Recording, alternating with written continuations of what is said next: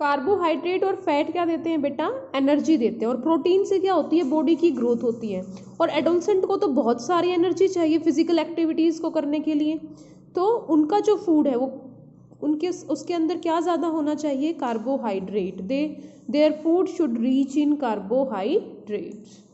Next, एक अच्छी health के लिए पर्सनल हाइजीन का भी ध्यान देना चाहिए। Personal hygiene that you are taking care of your own body. आप अपनी बॉडी का ध्यान रख रहे हो, अपने आसपास साफ सफाई रख रहे हो, आप प्रॉपर टाइम पे बात करते हो, अच्छे साफ सुथरे कपड़े पहनते हो, eating clean and protecting food after washing hands, means आप खाना हमेशा हाथ धोने के बाद खाते हो, अपने घर को साफ सुथरा रखते हो। ये सब मिलके क्या बनता है बेटा, पर्सनल हाइजीन। तो पर्सनल हाइजीन के लिए क्या क्या सजेशंस हैं, अपने बॉडी पार्ट्स को क्लीन रखो। It is necessary for adolescent, और एडोलसेंट के लिए ज़्यादा ज़रूरी हो जाता है, क्योंकि जब एडोलसेंट वाली स्टेज पे जाते तो मैंने क्या बोला था कि स्वेट ग्लैंड ज़्यादा एक्टिव हो जाती है और स्वेट रिलीज करती हैं, तो पसीना स्मेल वहाँ पे माइक्रोब्स ग्रो करेंगे, स्मेल एक बहुत गंदा ऑर्डर आएगा।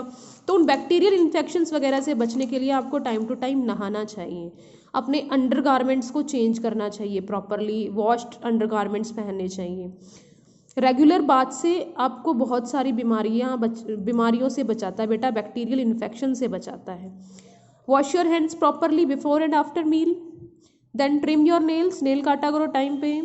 अपने माउथ को before and after each meal wash करो। अपने गम्स और टीथ को अच्छे से हेल्दी बनाने के लिए अच्छे अच्छे रॉ फ्रूट, कच्चे फ्रूट खाया करो दांतों से सीधा। Wash your feet with water every time you come from outside, जब बाहर से आते हो तो अपने पैरों को धोया करो। ऐसे ही नंगे पैर, बेयर फुट मीन्स नंगे पैर बाहर काम नहीं करना चाहिए।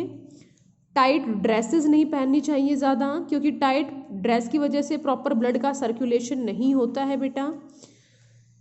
फ्रेशली कुक्ड फूड खाओ, और वो फूड कवर्ड होना चाहिए ताकि कोई उसके अंदर माइक्रोब्स और फ्लाइज वगैरह उसको कंटामिनेट ना करें।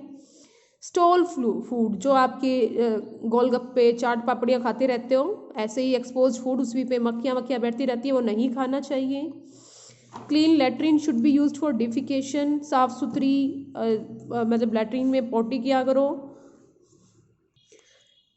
And do not defecate in open field, कभी भी ओपन फील्ड में बेटा, देखो जैसे हमारे मोदी जो प्रधानमंत्री है, माननीय प्रधानमंत्री, उन्होंने भी यही अभियान चलाया था कि खुले में हमें शौच नहीं करना है, क्योंकि वो हमारे लिए भी और दूसरों के लिए भी बीमारियां फैलाता है।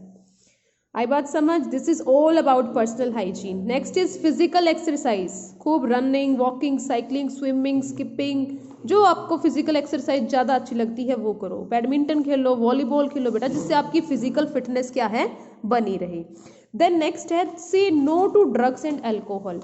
ड्रग्स एंड एल्कोहल अब्यूजिंग बहुत हार्मफुल है बेटा, आपकी बॉडी के लिए, आपकी फैमिली के लिए, आपकी सोसाइटी के लिए। सो से नो। देखो जब भी एडोलसेंस वाला टाइम पीरियड आता है तो फिजिकली और मेंटली बहुत सारे चेंजेस होते हैं बेटा। तो एडोलसेंट कई बार कंफ्यूज हो जाते हैं, अपने रास्ते से भटक जाते हैं स्ट्रेस की वजह से या इमोशनल प्रेशर की वजह से, लगा लो। ये नेचुरल है, लेकिन हम इससे पीछा छुड़ा सकते हैं अगर हम अपने पेरेंट्स के साथ सारी बातें शेयर करते हैं, तो हमें प्रॉपर गाइडेंस मिल जाएगी।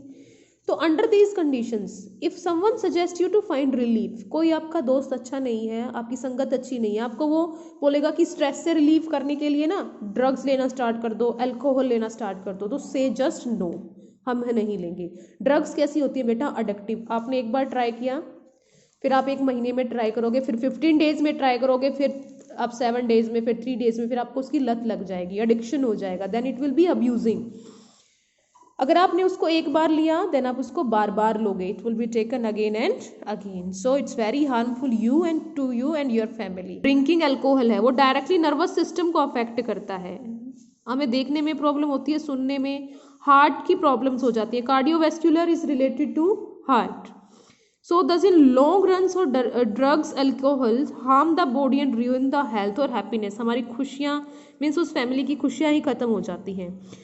जी, तो दूसरी डिजीज़ है जिसके लिए सबको बहुत केयरफुल रहना चाहिए, और वो बेटा सेक्सुअल कॉन्टैक्ट के थ्रू फैलती है, दैट इज़ एड्स। क्या बोलते हैं उसको, एड्स। एड्स को कॉज करने वाला एक वायरस है, that is HIV, human immuno deficiency virus. नाम से पता चल रहा है ह्यूमन बीइंग की इम्यूनिटी को खत्म कर देगा ये। जब इम्यूनिटी ही नहीं रहेगी, हमारी बॉडी का डिफेंस मैकेनिज्म नहीं होगा, तो हम बीमारियों से या पैथोजन से कैसे फाइट करेंगे। तो इस कौन सा मेथड है जिससे इस वायरस को एक इन्फेक्टेड पर्सन से नॉर्मल पर्सन को होने से रोका जा सकता है। तो एक तो निडल को, जो एक बार निडल यूज़ हो चुकी है ड्रग्स के साथ या कहीं भी, उसको दोबारा यूज़ मत करो। मदर से ये बच्चे को ट्रांसफ़र हो सकता है बेटा, और अनप्रोटेक्टेड सेक्सुअल एक्ट से, जिस बंदे को एड्स है अगर उसके साथ विदाउट प्रिकॉशन सेक्सुअल इंटरकोर्स किया जाएगा तो दूसरे बंदे को भी एड्स हो सकता है। एड्स के लिए कोई वैक्सीन नहीं है, कोई दवाई नहीं है, ठीक है। इट्स अ प्रिवेंटिव डिजीज़ बेटा। प्रिवेंटिव डिजीज़ का मतलब क्या है, सिर्फ इसको रोका जा सकता है फैलने से। एक बार आपको हो गया ना तो आपकी डेथ पक्की है, ठीक है। So to stay healthy, say no to drugs and alcohol. और अभी क्या करेंगे बेटा, I am discussing the very short question answer, so you will write these question answer in your fair notebook.